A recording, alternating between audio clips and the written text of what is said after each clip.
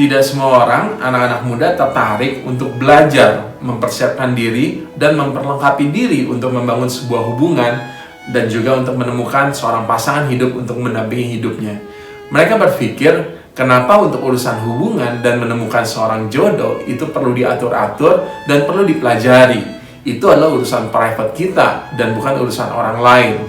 Kita berpikir bahwa yang paling terpenting adalah menemukan seorang yang kita suka dan kita cintai, dan orang itu juga suka sama kita dan mencintai kita juga, dan yang terlebih adalah orang itu baik dan kita juga baik. Dengan modal seperti itu, kita merasa bahwa itu adalah sesuatu yang cukup untuk kita membangun sebuah hubungan dan juga untuk melakukan sebuah pernikahan. Dengan modal seperti itu, kita berpikir itu cukup. Tahukah teman-teman, apa yang kita kuasai hari ini, apa yang kita tahu hari ini, apa yang kita hasilkan hari ini, itu adalah semua yang telah kita pelajari. Kita hanya bisa tahu, kita hanya bisa menguasai sesuatu sebatas dari apa yang kita pelajari. Kenapa kita bisa tahu bahwa 10 kali 10 adalah 100? Karena kita pernah sekolah dan belajar akan hal itu. Kenapa ibu-ibu atau seorang wanita bisa membaking kue atau cake? Kenapa mereka bisa melakukan itu? Karena mereka pernah belajar bagaimana caranya memanggang dan membuat adonan untuk membuat roti dan kue. Mengapa seorang bisa bekerja sebagai seorang accounting manager di sebuah perusahaan? Karena mereka pernah belajar, pernah sekolah, dan pernah kuliah mempelajari secara khusus tentang hal-hal yang berbau akuntansi. Kemarin saya bertemu dengan seorang kontraktor rumah. Saya memberikan pertanyaan kepada beliau, "Pak, Bapak itu bisa membangun bangunan, konstruksi bangunan, atau Bapak itu bisa mendesain rumah, interior desain rumah?" Lalu apa yang dia jawab? Dia menjawab bahwa saya bisa dua-duanya. Dan dia memberikan alasan kenapa dia berkata bahwa dia bisa dua-duanya. Dia berkata bahwa pada waktu dia sekolah dan kuliah, dua bidang itulah yang dia pelajari.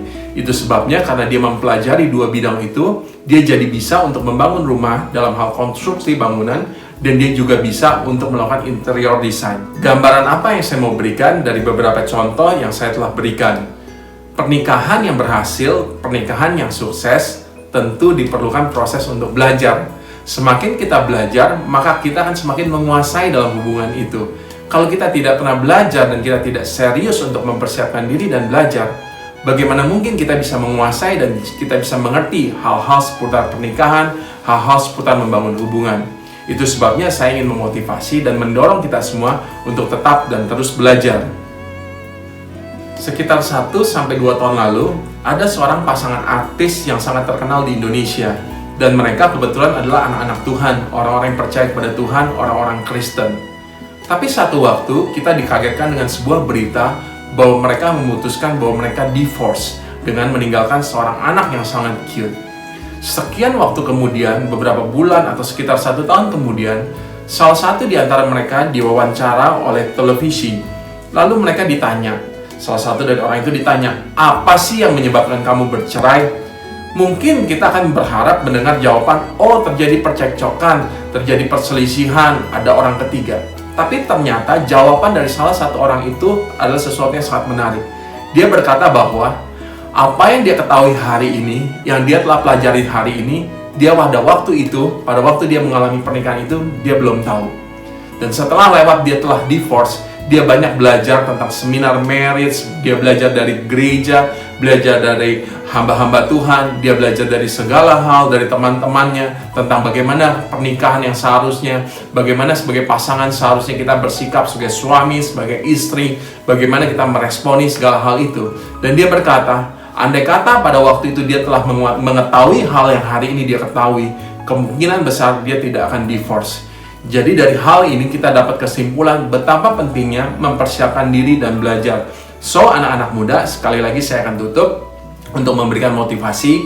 Jangan terburu-buru, tenang, kalem, dan sambil mempersiapkan diri, sambil mengupgrade diri, dan semangat terus untuk belajar. Kalau kita mau belajar, pasti itu akan menolong kita di waktu yang akan datang. Tuhan Yesus memberkati kita.